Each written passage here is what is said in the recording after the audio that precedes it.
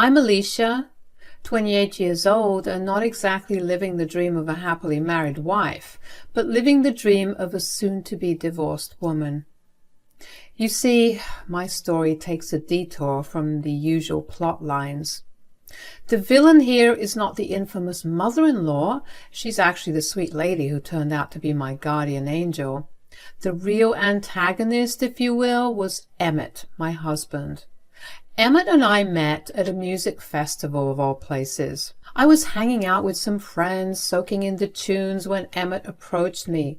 Smooth as ever, he asked for my number, and well, the rest is history. Now, here's the thing. We had only been dating for 6 months before deciding to take the plunge into married life. Yep, you heard that right. 6 months. Looking back, I think I should have asked more questions and been more cautious. But you know, they're not lying when they say love makes you go a little loco. At the time, it felt too good to be true, and I was right about it. It was not true. Within 2 months of us dating, Emmett popped the question. Not the marriage one, though.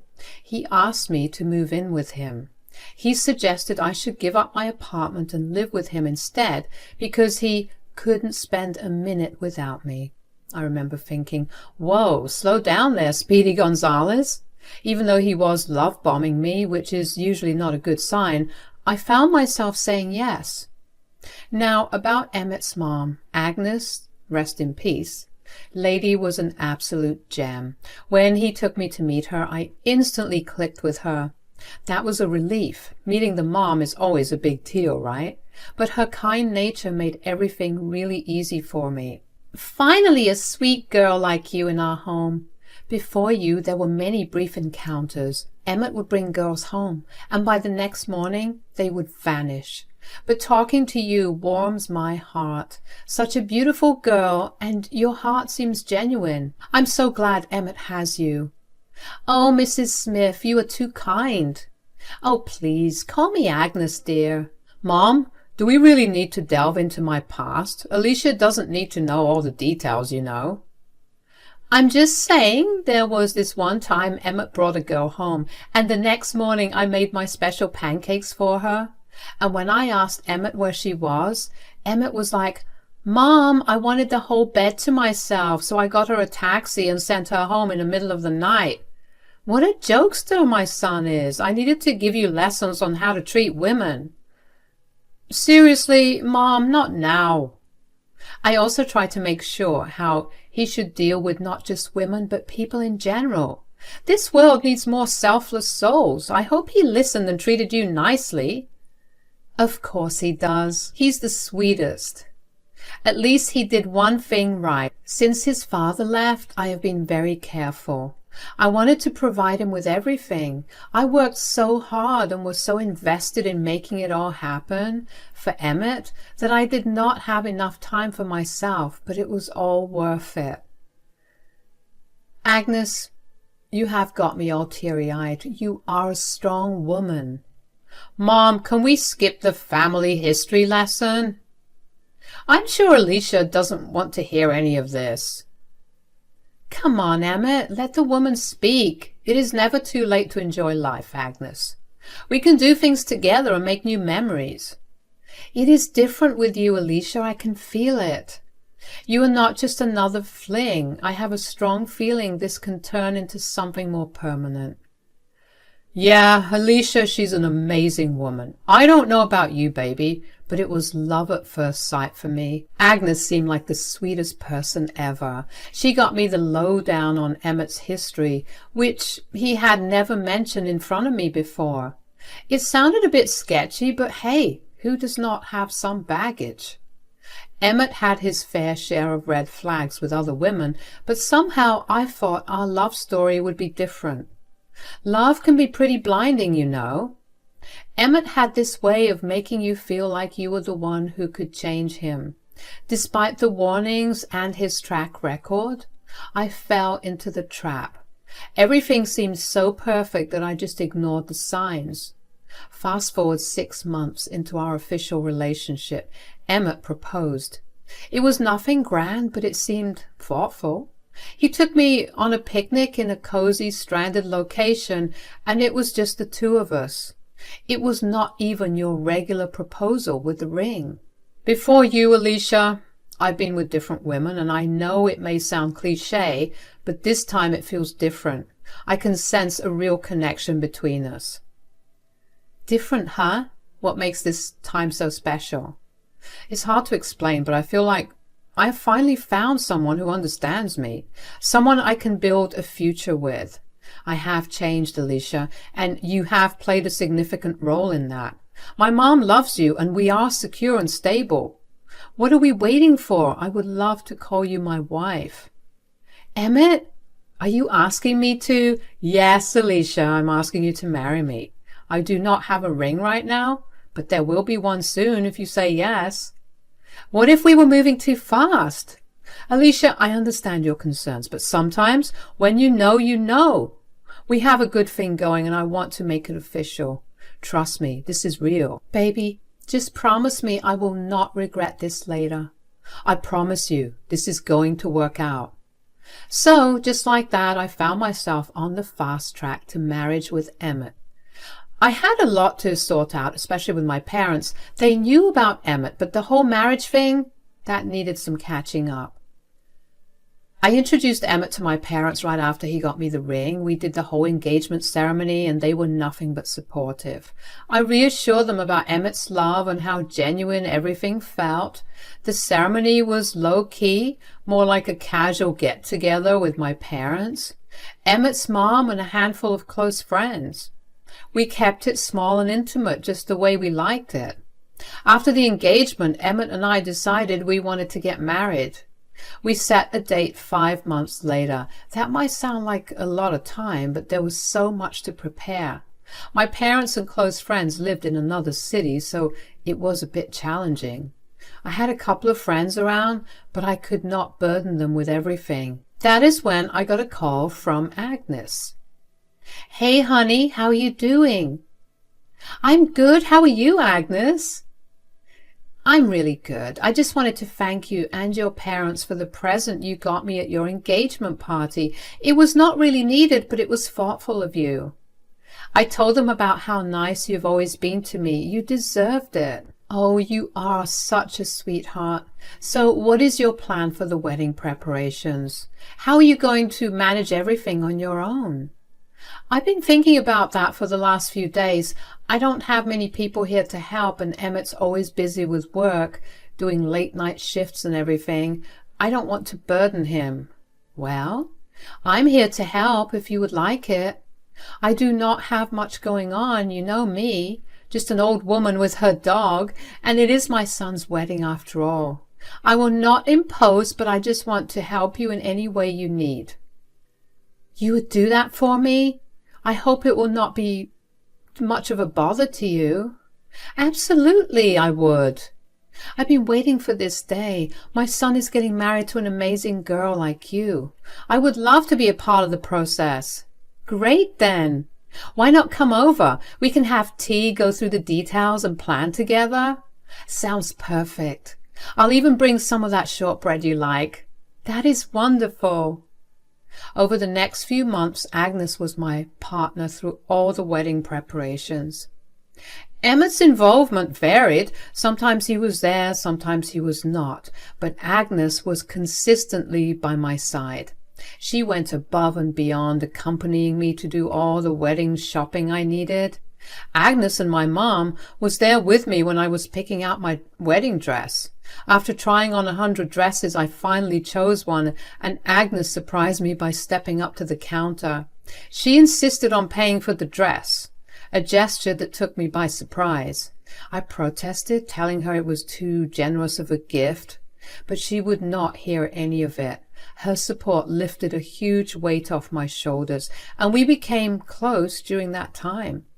As the wedding day approached, Agnes wanted a special moment together before I walked down the aisle. Wow, you look stunning, the most beautiful bride I have ever seen. You might make me tear up, and I will need to fix my makeup. You've got me there, Agnes. I want you to know that since you entered my life, everything changed. You're like a second mom to me. I didn't know mothers-in-law could be so friendly. I feel a genuine connection with you and I appreciate your constant support. I love you too. This relationship is something special, and I never expected such a strong bond with my daughter-in-law as well. Agnes handed me a little box, and I opened it. That means a lot. What is the little present? I can't take this. You already blessed me with this gorgeous wedding dress. It is a necklace, a family heirloom passed down to me. Now that you are officially my daughter-in-law, I want you to have it. Oh, it is exquisite. It complements my dress perfectly. Can you help me put it on? Absolutely. Now go walk down that aisle and claim your man. So it had been like a year since Emmett and I got married. And let me tell you, it has been one heck of a ride. Emmett was there for me. Sure, he had his quirks and he had his own episodes, but I thought, who does not? And then there was Agnes. She was the dream mother-in-law. Emmett and Agnes tried to make everything special for me. Like on my birthday, they decided to throw me this epic surprise birthday bash. I had no clue what was going on. The next thing I knew, my parents were at the door and Agnes baked this heavenly cake. We partied like there was no tomorrow, and I could not believe how lucky I was to have these two in my life. Agnes, the plant whisperer, also gifted me these rare and exotic plants, and that got me into gardening, you see. She used to come over with her home-cooked meals, and we used to spend a lot of time together in the garden. All these moments made me realize how darn lucky I was. Life was cruising along smoothly, you know, until that one night 2 months back when everything took a nosedive. The phone rang, and it was the hospital. Emmett got the call. Agnes had been admitted. It was a late-night ordeal, and off we went, rushing to the hospital. The doctor dropped the bomb. Agnes had this infection wreaking havoc on 90% of her kidneys, along with some other major complications. The gut-wrenching part? There was nothing they could do. 2 weeks, they said. 2 weeks for Agnes. I can't tell you how devastating that news was. Even though Agnes could not say much, I would sit by her bedside night after night. It was hard on Emmett too, I thought, but he was never really there. He dealt with it differently. He distanced himself and did not come to the hospital much. When I asked why, he said he could not bear to see his mom like that. I understood, but it meant I became Agnes's main support. A couple of days before Agnes passed, she had a sentimental heart-to-heart with me. Hey, Alicia, there's something I need to share with you, sweetheart. What's going on, Agnes? Is everything okay? Do you need a nurse? Oh, honey, calm down. Everything's fine for now, but it won't be soon. It's my fate and I need to accept it. Please don't do this right now. I'm not ready to say goodbye yet. I have a more important thing to tell you. I've been meeting with my lawyer for the past couple of days, and there are some changes I need to make to my inheritance. Changes? What do you mean? Well, I'm going away, my dear. You have changed my life for the better since the day we met. I always dreamt of having a daughter, and you made that dream come true. So I'm leaving you some money in your name, amongst other things. It's more than enough to live a comfortable and adventurous life. What? Are you sure about this? I think you should have thought about Emmett too. He deserves it more than me, I think. I have never been surer. You are the love of my son's life. I trust that you will share it with him. Use it however you want. Live a long, happy life, and please take care of him. He might act a little cocky sometimes, but he doesn't have a bad heart, and he would never do anything to hurt you. That's not the person I've raised. I promise you all those things, but you didn't have to do that for me. I appreciate it, though. It is done now, and there is another wish. I just want you to go and spread my ashes in my backyard. Emmett knows about it. My lawyer is my executor, and he will have all the details. It is all in the will. Remember me well. I don't have the energy to talk beyond this point. I just wanted to say I love you. I love you too. This means so much to me. I did not tell Emmett about it. The conditions were tough, and I did not want to just talk about inheritance to him right now. It is a good thing I did not, because I didn't know the storm that was about to unleash in my life. The inevitable call came on one of those nights when I was home. It was the hospital delivering the news. Agnes had passed away. I rushed there, tears streaming down my face, and when I got there, Emmett was nowhere to be found. It was his turn at the hospital, and he had abandoned Agnes. It pained me when I realized that there was no one by her side when her soul left her body. I called Emmett and gave him the news. He said something important came up and he would be there in some time, and by some time he meant 2 hours. When he finally got there, I hugged him. He did not cry. He looked like he was in this weird state of shock. We lingered at the hospital for a while. Emmett spoke with the doctor, discussing the next steps. Then, in silence, we reached home. Emmett, I know you're probably not in the mood to talk about this, but seriously, you look terrible. I'm here for you, you know. You can talk about your feelings. You don't have to be there for me. Come on, don't push me away. I get it. It hurts, like a lot. But honestly, it had to happen. Maybe not too soon, but you're not catching my drift. My mom's gone, and it's high time for you to leave as well. Check your room. I got your bags packed. That is why I could not make it to the hospital earlier. You need to be out, like right now. Hold up. Is this some messed up joke? What the heck are you even talking about? You were here packing my belongings? Yeah, it hurts me a bit, but guess what is the good part about all this? The inheritance. Did you even know how much my mom had stashed away? It's all coming my way. Ever wonder why I tie the knot with you? Just to tick off my mom's bucket list and get her a daughter-in-law. I've been waiting to get it off my chest for a long time. Phew, it feels good to finally say it out loud. What we had was not real from my end.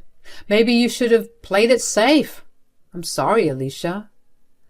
Are you pulling my leg? Your mom literally just passed away just hours ago. Is this how you honor her memory? And our marriage was just a sham?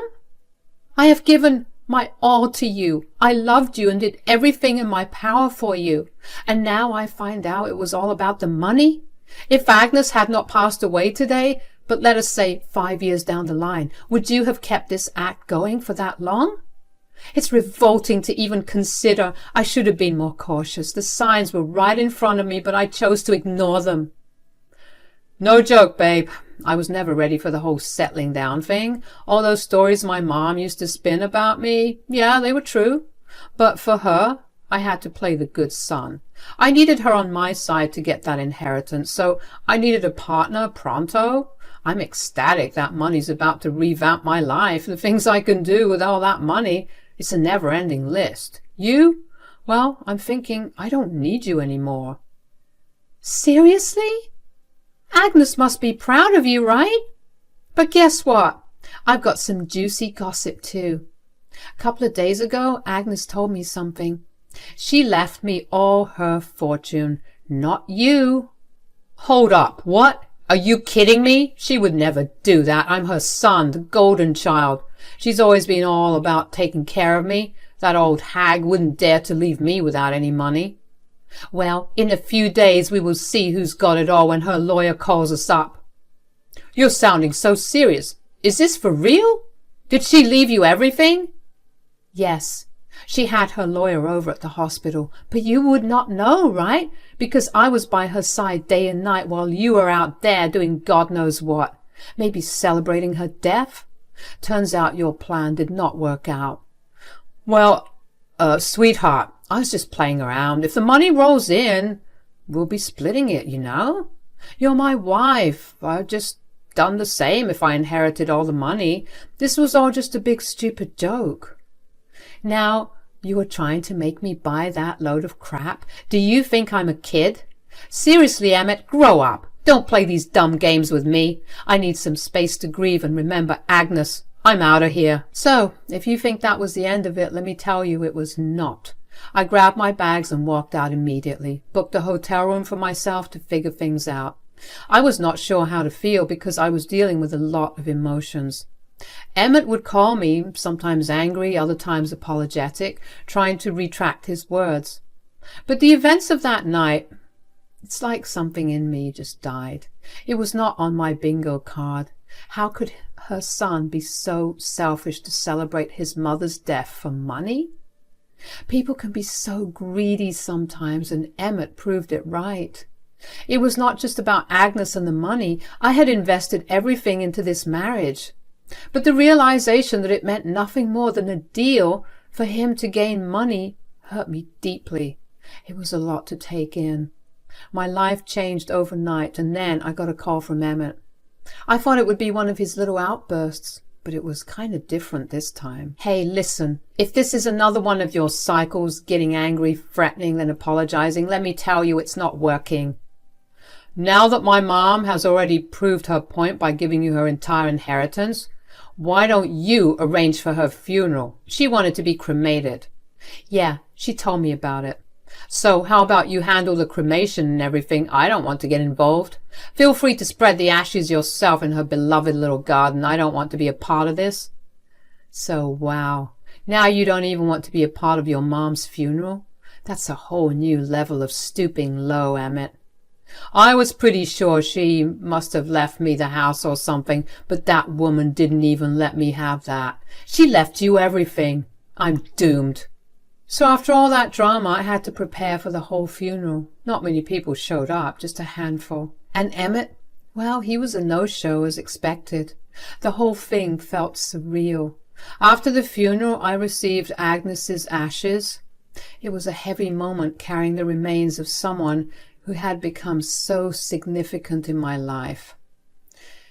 I decided to go to the house and specifically to the garden where Agnes found peace. I stood there holding the urn, surrounded by the memories Agnes had created in that garden. I whispered a small prayer, my final words to her, and then, with a heavy heart, I scattered her ashes over the soil.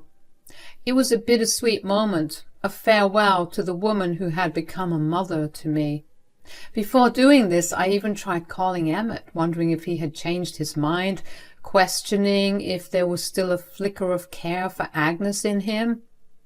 But, as expected, Emmett remained in his selfish state. Agnes left me not just her money, which was close to $1 million, but also her house. I moved into it to keep her spirit around. It's like a cozy shrine of memories. Anyway, I finally took the plunge and filed for a divorce from Emmett. It is still under process, but the best decision ever. Now, Emmett's drowning in regret. He disrespected our marriage and worse, dissed his own mom. Karma's a real thing. Watching him squirm is oddly satisfying. All those ambitious plans he had? Shattered. He can now marinate in his grief and regret.